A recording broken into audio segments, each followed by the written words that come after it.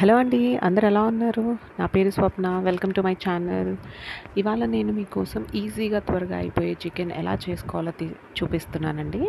So, first ఒక pan తీసుకొని అందులో ఒక 4 టేబుల్ స్పూన్స్ ఆయిల్ వేసుకొని 4 లవంగాలు, 3 ఇలాచీ, కొంచెం చెక్క వేసుకొని ఫ్రై చేసుకోవాలి.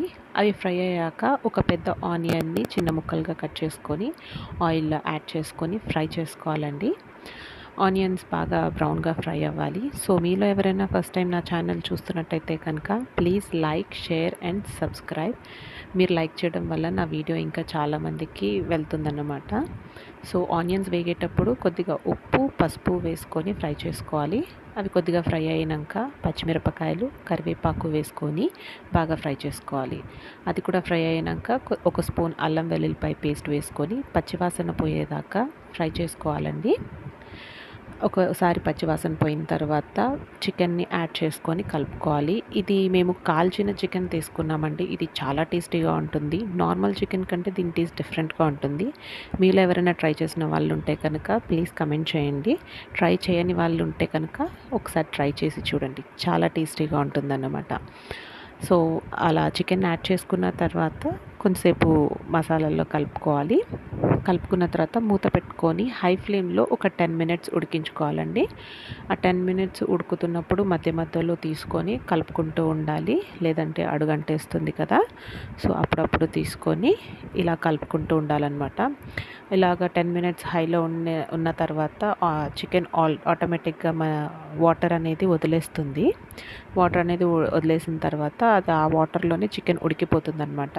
ఈ టైంలో మనం స్పెషల్‌గా వాటర్ వేయాల్సిన అవసరం లేదు.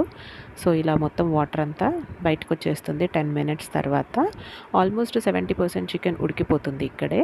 సో, ఈ టైంలో మనము సిమ్‌లో పెట్టుకొని టమాటోస్ యాడ్ చేసుకున్న తర్వాత ఒక 2 స్పూన్స్ కారము, 2 స్పూన్స్ ధనియాల పొడిని యాడ్ చేసుకోవాలి. యాడ్ చేసుకున్న తర్వాత బాగా కలిపి ఒక 2 మినిట్స్ అనేది మూత పెట్టి వదిలేయాలండి సిమ్‌లోనే. అప్పుడు కారం అనేది ముక్కలకి బాగా పడుతుందనమాట. సో, అందుకని అలా వేసుకున్న తర్వాత ఒక 2 మినిట్స్ మూత పెట్టేసి ఉడికించుకోవాలి.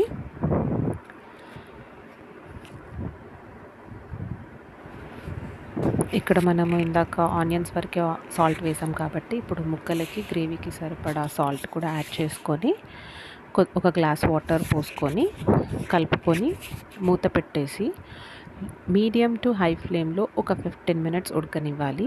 ఒక 15 మినిట్స్ అయిన తర్వాత ఇలా ఆయిల్ మొత్తం పైకొచ్చేస్తుంది. అలా ఆయిల్ పైకొచ్చేసాక ఒక హాఫ్ స్పూన్ గరం మసాలా, ఒక స్పూన్ చికెన్ మసాలా వేసుకొని కలిపి మళ్ళీ మూత పెట్టుకొని ఒక 2 మినిట్స్ ఉడకనియాలి.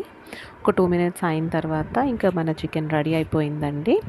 దీంట్లో మనము సన్నగా తరుక్కున్న కొత్తిమీరని వేసుకొని సర్వ్ చేసుకొని తినడమే. ఎంతో టేస్టీ చికెన్, ఇంకా త్వరగా అయిపోయే చికెన్ రెడీ అయిపోయిందండి. దీన్ని మనం అన్నంలో కానీ చపాతీలో కానీ సర్వ్ చేసుకొని తినచ్చు.